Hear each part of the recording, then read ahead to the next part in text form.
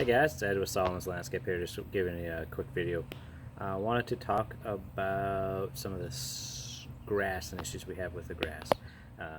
Here in South Carolina, it's hot, it's humid, it's dry. We've had some rain last week, but not enough to keep things growing, especially the grass. Turf grass is usually the first thing to stress out. We do have fescue grass, some people do. Definitely not one I would recommend, but it does grow here, and it does well here as long as you water it and baby it. It does well. And so one thing I have seen is, especially for those yards who don't have irrigation, whether it is fescue, cool season grasses, or even warm season grasses, with the amount of, or the lack of rain and the amount of days in between without rain, even the warm season grasses, which do exceptionally well, have stressed out periodically because we have gone long stretches without any rain.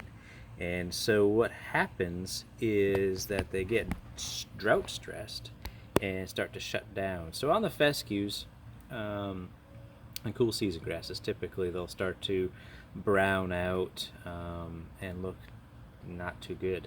And so really just a matter of making sure it gets enough water.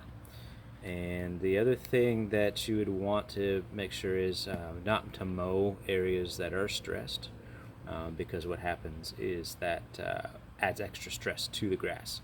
And so if you see the yard starting to stress out, turning brown, not growing much, kind of weak and thin, then I would suggest potentially holding off on mowing for a week, maybe possibly two, depending on if you get rain or not, because the last thing you want to do is stress that grass out even longer.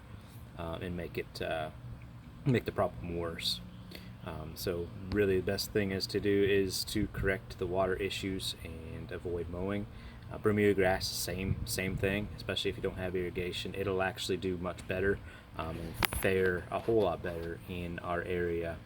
Where the fescue grass, once it dies, it doesn't come back. The Bermuda grass will start browning out in really severe droughts. It may go completely dormant or completely brown, but typically not. It'll just go like a light green, like a lime green, compared to like a dark green. And so when that happens again, it's just drought stress.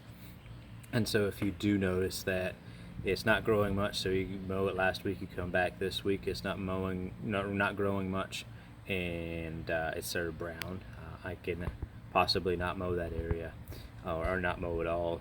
Worst case scenario, spot mow with a weed eater, or even the mowers kind of hit and miss.